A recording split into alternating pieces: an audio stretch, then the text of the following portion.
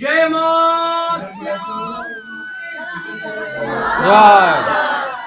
আজ পর্যন্ত কোনো ভক্ত মায়ের কাছে খালি হাতে ফিরে যায়নি। এইটাই মায়ের স্থায়ী মন্দির। নুন ভাত মা যদি সবার জন্য জোগাড় করতে পারে, মা নুন ভাতই খাবে। মা 70 থেকে শুরু।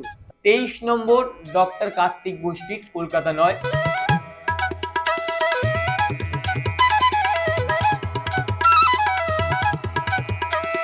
হ্যালো বন্ধুরা, সবাই কেমন আছো? আশা করছি সবাই খুব ভালো আছো, সুস্থ আছো।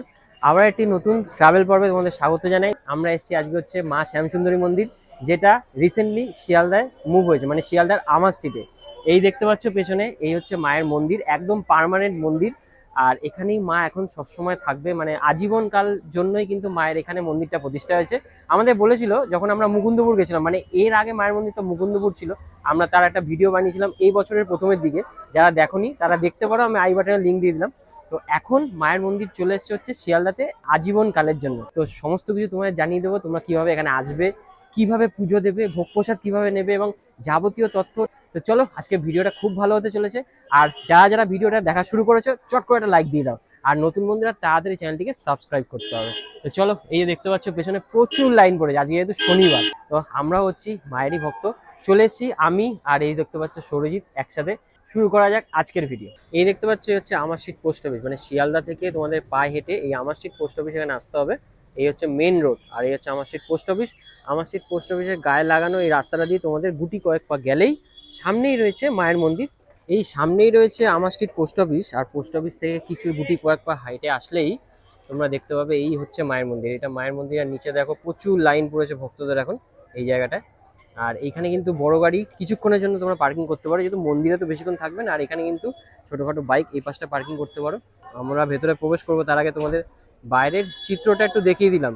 এই হচ্ছে বাইরের চিত্র, আর ওই হচ্ছে প্রবেশদ্বার। তবে এই পার্কিং যেগুলো দেখছো, এগুলো কিন্তু কোনোটা এখানে পার্মানেন্ট পার্কিং না। এখানে মন্দিরের সামনে রাখতে দেয় কিছুক্ষণের জন্য, যতক্ষণ তোমার পুজো দেবে, ভোগ প্রসাদ খেয়ে আবার এসে নিয়ে চলে যাবে। তাই এগুলো কোনোভাবেই পার্মানেন্ট পার্কিং ভেবো না। এখানে টেম্পোরারি পার্কিং তোমরা করতে পারবে পুজো দেওয়ার জন্য শুধুমাত্র।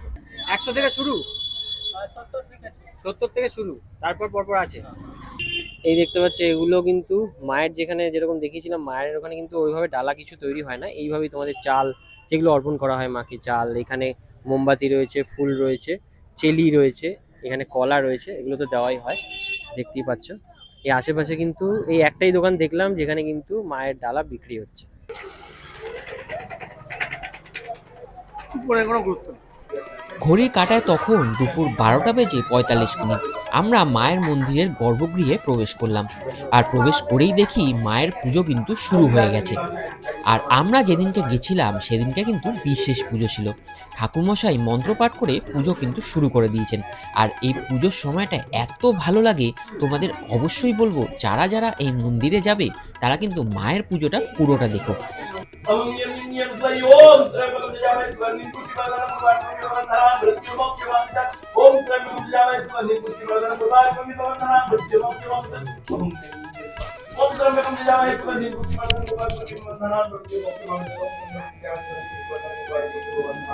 जय मां জয় জয়।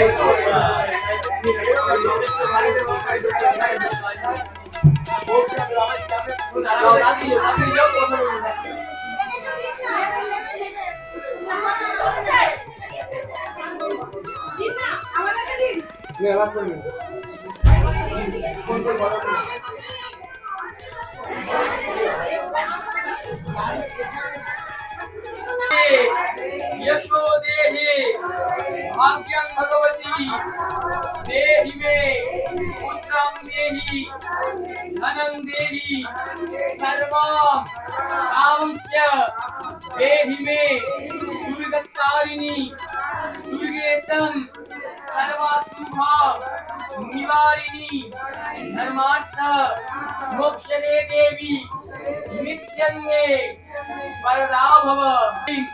श्याम सुंदराय नमः। কেউ ফুল ছিনবে না। सर्व मंगल मांगल्ये शिवे सर्वार्थ साधिके शरण्ये नारायणी नमस्ते। তোমাদের সবার যার যা মনের বাসনা মাকে জানাও, মা তোমাদের প্রত্যেকের মনের বাসনা অবশ্যই পূর্ণ করবে।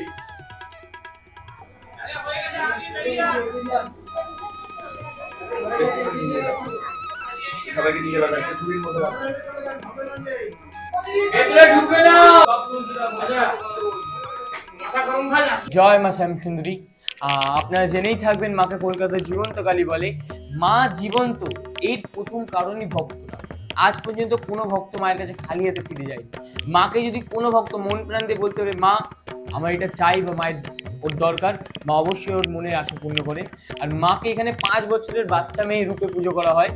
এর পেছনে একটি বিশেষ ঘটনা, মায়ের পুরোহিত মহালয়ার পুণ্যলগ্নে মায়ের জন্য বাজার করতে গেছিলেন। বাজার করতে গিয়ে দেখেন একটা ছোট্ট 5 বছরের বাচ্চা মেয়ে পুরো মা কালীর মতন সেজে সবার কাছে ভিক্ষা চায়। সবার কাছে ভিক্ষা চাইতে আমাদের যে পুরোহিত ছিল উনি বাজার করছিলেন, ওনার কাছেও ভিক্ষা চায়। পুরোহিত তখন তাকে ধাক্কা মেরে ফেলে দেন, ফেলে দিয়ে বলে যা কাজ করিয়ে খা। বাচ্চা মেয়েটিও তখন গা ঝাড়া দিয়ে বলে আমি যদি কাজই পেতাম তো তোর কাছে ভিক্ষা যেতে আসতাম। এ বলে বাচ্চা মেয়েটিও চলে যায়, পুরোহিত চলে। মা শ্যামসুন্দরীর প্রতিটি অমাবস্যা অন্ধকারে পুজো হয়। কোনো রকম পাথর মানে কোনো রকম লাইটের জিনিস জ্বলে না, কেবল ঘিয়ের প্রদীপ। ওদিন মহালয়া অমাবস্যা অন্ধকারে পুজো হচ্ছে। এবার অমাবস্যায় অন্ধকারে পুজো করতে করতে পুরোহিতের হঠাৎ মন বলে যেন মা নেই, কিন্তু পুরোহিতের মন আবার বলে মা তো কালো, তাই হয়তো অন্ধকারে দেখতে পাচ্ছি না। তাই পুরোহিত ঘিয়ের প্রদীপ নিয়ে মায়ের মুখের সামনে যায়, তাকে সত্যিই মা নেই। আর মায়ের নিচে শিব ঠাকুর, উনিও পুরো মৃত মানুষের মতন শুয়ে আছে। এই দেখে পুরোহিত থমকে যায়। থমকে আবার কিছুক্ষণ পরেই পুরোহিতের পেছন থেকে ছুম ছুম করে নুপুরের আওয়াজ হয়। আর ধাপ করে শিবের বুকের উপরে একজনের ডান পা পড়ে। আর যেই বাচ্চা মেয়েটাকে ধাক্কা মেরে ফেলে দিয়েছে সেই বাচ্চা মেয়ের মুখে অন্ধকার থেকে বেরিয়ে আসে। আর মা তখন মানুষের কণ্ঠে বলে দে চাল কোলেতে দিবি নামাই। এই শুনে পুরোহিত অজ্ঞান হয়ে যায়। বাট অজ্ঞান অবস্থায় মা ওনাকে বোঝাচ্ছেন আমি শুধু বড়লোকের মা নই রে, আমি গরিবের মা। এবার থেকে যে কোনো ভক্ত এক মুঠো চাল আর একটা পা ফলে দিয়ে মাকে পুজো দেয়, মা তাদের প্রতিটা মনের বাসনা পূর্ণ করে। মাকে যখন দর্শন করবেন তখন দেখবেন মায়ের বেদির নিচে 9টি বিগ্রহ আছে, নবগ্রহ বিগ্রহ। এই বিগ্রহ থাকার পেছনে একটি বিশেষ কারণ, আমাদের মানুষ জীবনে বিভিন্ন রকম গ্রহ দোষ, মাঙ্গলিক কাজ, বিভিন্ন বিভিন্ন গ্রহ জাতীয় দোষ। এই দোষ থেকে মুক্তি পাওয়ার জন্য অনেক রকম পাথর মাদুলিক কবচ ধারণ করতে হয়, কিন্তু সবার তো সামর্থ্য হয় না এইসব কারণ। তাই মাকে যদি কোনো ভক্ত 28টি শনিবার কেবল দর্শন করে, যে কোনো গ্রহ দোষ থেকে এমনি মুক্তি হয়। কোনো রকম পাথর মাদুলি কবচ কিছু লাগে না, কেবল মাকে 28টা শনিবার দর্শন করতে হয়। আর মায়ের নতুন স্থায়ী মন্দির 23 নম্বর ডক্টর কার্তিক বোস স্ট্রিট, কলকাতা 9। মায়ের মন্দির সকাল 8:30 নাগাদ খোলা হয়, 8:30 থেকে 1টা অবধি খোলা থাকে। আবার বিকেল 4টে থেকে 8:30 অবধি খোলা থাকে। আর মায়ের মন্দিরে প্রতিদিন দুবেলা অন্নপ্রাশন বিনামূল্যে বিতরণ হয়। যখনই আসবেন মায়ের মন্দিরে অন্নপ্রাশন নেওয়ার চেষ্টা করবেন। আর মাকে নিজের মনের বাসনা জানাবেন, মা অবশ্যই আপনাদের প্রতিটা মনের বাসনা পূর্ণ করবে। মায়ের প্রতিদিন 4 বেলা পুজো হয়, ভোর 8:30টার সময়, মঙ্গলবার 4টে নাগাদ, ভোর 4টে। আর মায়ের ভোগ আরতি দুপুরবেলা হয় এই 1টা নাগাদ। আবার সন্ধেবেলা 6:30 নাগাদ মায়ের সন্ধ্যা আরতি হয়। আর রাত্রির 12টা নাগাদ মায়ের মেন নামগোত্রের পুজো হয়। আর এই গোকুলপুরে যে এটা ছিল ওটা কি এখন খোলা আছে না ওটা পুরো? ওখানে মায়ের একটি মন্দির আছে, যোগিনীর মন্দির আছে। ওখানে অবশ্যই মায়ের একটি যোগিনীর মন্দির আছে, ওখানে ঘুরে দেখতে পাবেন। একদম ওখানেও মায়ের পূজা আর্চা চলছে, মানে ওখানেও যেমন এখানে দুবেলা বিনামূল্যে প্রসাদ দেওয়া হয়, মায়ের মন্দিরের মতনই সেম নিয়ম ওই মন্দিরে। ওখানে যা ছিল তাই আছে। একদম একদম একদম একদম। যেহেতু মায়ের এই মন্দিরটা তৈরি হচ্ছিল, তাই আপাতত ওই মন্দিরে কিছুদিন মা ছিল। এটাই মায়ের স্থায়ী মন্দির। মায়ের পুজো দেখে তারপরে আমরা চলে আসলাম নাট মন্দিরে, যেখানে ভক্তদের জন্য ভোগ প্রসাদের ব্যবস্থা করা হয়েছে। জয় জয় জয় জয় মা। প্রতিদিন কিন্তু এখানে বিনামূল্যে ভোগ প্রসাদ ভক্তদের জন্য দেওয়া হয়। এখানে ভক্তরা লাইন করে একে একে ভোগ প্রসাদ গ্রহণ করে এবং ব্যবস্থাপনা সত্যিই খুব ভালো। তাহলে চলো ঠাকুর মশাইয়ের মুখ থেকে এই ব্যাপারে কিছু তথ্য আমরা জেনে নিই। তো মায়ের মন্দিরে প্রতিদিনই দুবেলা অন্নপ্রসাদের ব্যবস্থা হয়। মা কার জন্য রান্না করে? আপনার মা কার জন্য রান্না করে? আপনার জন্য রান্না করে। তো মাও তার সন্তানের জন্য রান্না করে। আর আমাদের মন্দিরে দুবেলা বিনামূল্যে পেট ভরে ভক্তদের প্রসাদ খাওয়ানো হয়। তার কারণ হলো মা কি আর সন্তানের কাছ থেকে পয়সা নিতে পারে? তো তাই বিনামূল্যে পেট ভরে প্রসাদের ব্যবস্থা হয়। আজকে হচ্ছে খিচুড়ি, পাঁচমিশালি সবজি, ফল, মিষ্টি, কলা, আর তার সঙ্গে ফ্রুটি ক্যাডবেরি। মাকে ভালোবেসে মায়ের বাচ্চারা দেয়, আর মাও তার বাচ্চাদের দেয়। সেই এখানে মা কম বাচ্চা বেশি, মানে নিজের মেয়ে মনে করে সবাই। তো হ্যাঁ, চেঞ্জ হয়। বৃহস্পতিবার আমাদের অন্নপ্রসাদ হয়, ভাত বা পোলাও হয়। পোলাও, পনির, আলুর দম এসব হয়, বা ভাত, ডাল, সবজি ইত্যাদি হয়। আর প্রতিদিনই বেশিরভাগ দিনই খিচুড়ি হয়। অমাবস্যার দিন আমাদের বহু রকমের প্রসাদ হয়। আর বিশেষ বিশেষ উৎসবের দিন পনির পোলাও, পনির পসিন্দা, ছানার কোপ্তা, বেগুনি, এইসব বহু রকমের হয়। ধোকার ডালনা, পায়েস, রসগোল্লা, তো সেইগুলো বিনামূল্যেই হয়। আমাদের এখানে একই রকম প্রসাদ হয়। মায়ের জন্য একটা বেগুন ভেজে মাকে বা 5 রকম ভাজা করে দেওয়া কোনোদিন হয় না। যা মায়ের বাচ্চা খাবে মা তাই খাবে। সবার জন্য একই প্রসাদ হয় এবং এই রান্নাই মায়ের ভোগের রান্না। পুরোটাই মায়ের জন্য ভোগ নিবেদন করা হয়, মা পুরোটাই খায়, তারপরে বাচ্চাদের খাইয়ে দেয়। একবারই সেইটাই একই প্রসাদ, এইটাই মাকে অর্পণ করা হয়। আলাদা করে মায়ের জন্য কিছু রান্না হয় না। মায়ের মন্দিরে আলাদা করে কিছু রান্না হয় না, একই রান্না হয়। কোনোদিন যদি ধরেন পনিরের তরকারি হয়, তো সবার জন্য যদি হয় তবেই মায়ের মন্দিরে হবে। আর যদি সবার জন্য না হয় তাহলে মা সেদিন পনির খাবে না। নুন ভাত মা যদি সবার জন্য জোগাড় করতে পারে, মা নুন ভাতই খাবে। মা তার সঙ্গে একটু ঘি মিশিয়ে খাবে না। এটাই মায়ের দয়া। মাকে সবাই এই যে জীবন্ত বলে ভক্তরা, কারণও আছে। দেখেন আমাদের এই মন্দিরে এত ভোগ, এত মানুষ প্রতিদিন প্রসাদ খায়। আমরা কিন্তু লোক দেখে গণনা করে কোনোদিন প্রসাদ করি না। কোনোদিন প্রসাদ বাঁচেও না, কোনোদিন কমেও না। প্রত্যেকের পেট ভরে প্রসাদের ব্যবস্থা করে। আর একটা কথা, আমাদের মায়ের মন্দিরে আজ পর্যন্ত কোনো জিনিস কিনে খাওয়াকে এই প্রসাদ রান্না করতে হয়। আমি এতদিন ধরে মায়ের মন্দিরে এই ভক্তদের মেন দায়িত্বে আছি, কোনোদিন আমি 1 প্যাকেট নুনও কিনিনি, কিনতে হয়নি। যেই দেখি ডাল কমে গেছে, আবার কোত্থেকে 2 বস্তা ডাল চলে আসলো। যেই দেখি তেল কমে গেছে, এত তেল চলে আসলো, আর 2 মাস ভাবতেই হবে না। এমনই মায়ের দয়া। জয় মা। দেখতে পাচ্ছ বন্ধুরা, মা শ্যামসুন্দরী মায়ের মন্দিরে এসে আবার ভোগ প্রসাদ নিয়ে নিয়েছি। আর মুকুন্দপুরেও আমরা কিন্তু ভোগ প্রসাদ খেয়েছিলাম, তোমাদের দেখিয়েছিলাম। আর এখানে তো আরও ডিটেলে তোমাদের জানিয়ে দিলাম, মানে ঠাকুরমশাই জানিয়ে দিল ভোগ প্রসাদে কী ব্যবস্থা রয়েছে। আমরাও এই যে ভোগ প্রসাদ নিয়ে নিয়েছি, দেখতে পাচ্ছ এই যে একদম গরম গরম। আর এইখানে এসে দেখছি এখানে কিন্তু ভোগ প্রসাদের মধ্যে অনেক কিছু আইটেম রয়েছে, যেগুলো ঠাকুরমশাই বললো। তো চলো ভোগ প্রসাদটা খাওয়া শুরু করা যাবে। অমৃত অমৃত, মায়ের ভোগ প্রসাদ যেখানেই খাবে সেটা অমৃত ছাড়া আর কিছু হতে পারে না। চলো, প্রচন্ড গরম আছে, খাওয়া দাওয়াটা শেষ করে তারপর তোমার সাথে কথা বলছি। মন্দিরের ঠিক পেছনের ভাগেই রাখা হয়েছে মহাদেবকে, যেখানে তোমরা ধূপকাঠি এবং মোমবাতিও জ্বালাতে পারো।